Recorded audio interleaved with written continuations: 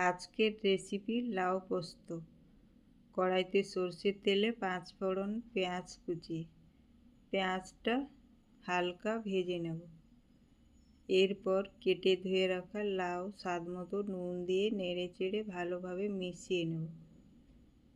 ঢাকা দিয়ে কিছুক্ষণ রেখে লাউ হালকা সিদ্ধ হয়ে এলেই কাঁচা লঙ্কা ও পোস্ত বাটা দিয়ে দেব।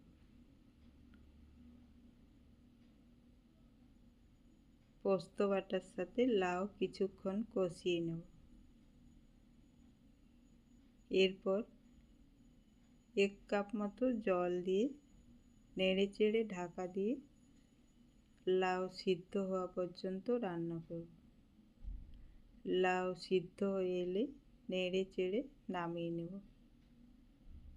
তাহলেই রেডি হয়ে গেল আজকের রেসিপি লাউ পোস্ত।